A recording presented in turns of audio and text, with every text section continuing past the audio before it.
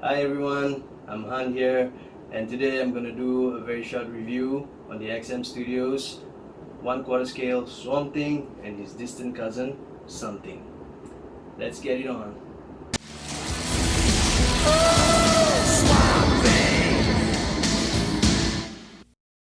The lights in the bedroom are a little dim, so I had to bring this to the living room. So without further ado, let's take a look at the base. Overall, I feel that the base captures what Swamp Thing is all about. Tree branches, vines rising up with Swamp Thing as he emerges from the depths below.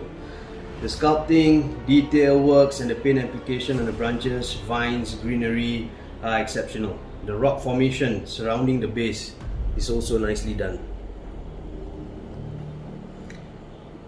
The toadstool pieces that you can see here are color coded, as are the branches, so it won't be a chore to fit them in the right packs. Now we move on to the red eye tree frog. This is one of my dislikes. I find that it's a little underwhelming. A minor gripe if I'm nitpicking. It looks good from afar, but I personally find that the paint application is a little rushed. The pitcher plants on the other hand is nicely done.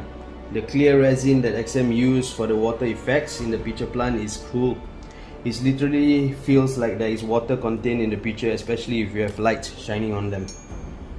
Moving on to Dr. Fate's helmet, and this is another of my dislikes. They maybe could have done a light up feature instead of the blue paint around the vines that are creeping out of the helmet.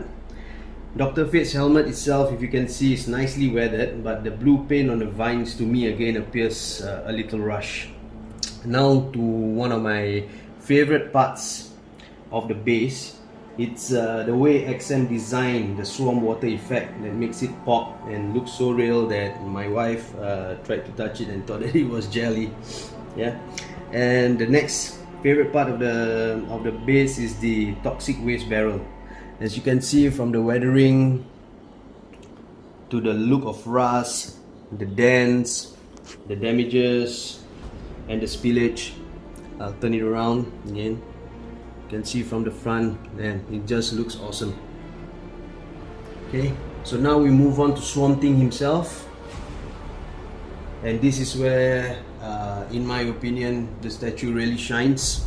Okay, I've been looking at it for the longest time, and every time I'm wowed by the intricate details from the leaves to the vines to the branches and the tree bark that makes up his entire body. If you can look at the back, the part, his upper back, the tree branches and the vines that makes up his spine, and it looks awesome, awesome detail. We go to his head sculpt. Okay, this head sculpt is not removable. Okay, you'll get a total of 3 head sculpts, 2 of them removable from the original upper body and 1 that is fixed to this upper body. I just have to say as well that XM does really great sculpt and paint on all of their teeth, on all of their statues.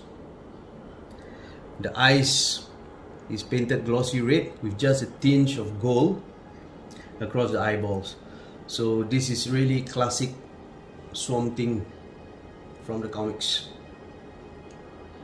And just like to add, only the second upper body has pegs, as you can see from here, where you need to fit in the additional branches. The original upper body comes as is, and that is why, in my opinion, this second look is the ultimate Swamp Thing. The pose is spot on.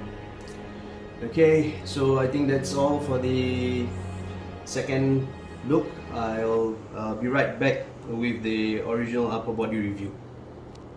When I first saw the pics on the original upper body, I didn't really like the overall look, but seeing it in person now, I'm growing to appreciate the rough zombie vibe. I give credit to XM for the additional base to give collectors a choice to display either of the upper bodies.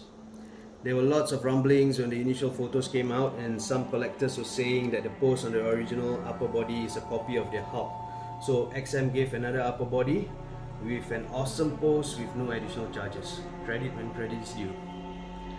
As for the base, even though it is not as detailed as the main base, it still looks great and serves its purpose. It's more browns with depths of greens here and there. Yep. And the kongs on the side of the base is a nice touch to the Swamp Thing mythos, showing a decaying tree stump.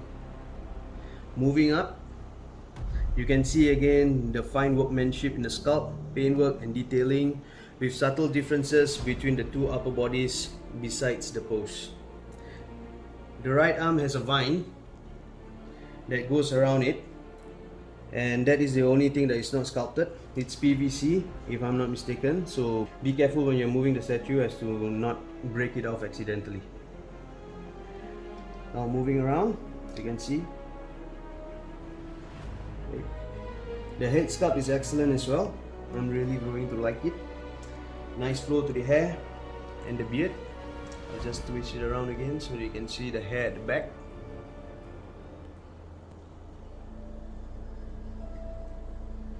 Yeah, these are all fully sculpted. And again, let's take a look at the teeth. Okay. This set of teeth doesn't look as great as the first one, but still damn awesome. Okay, my final thoughts on the Swamp Thing water scale statue is that it's freaking awesome, and in the words of Chris, the Batman statue collector, XM Swamp Thing is definitely a hit in my book. I hope you've all enjoyed my reviews. Till the next time, have a great week ahead. Cheers everybody.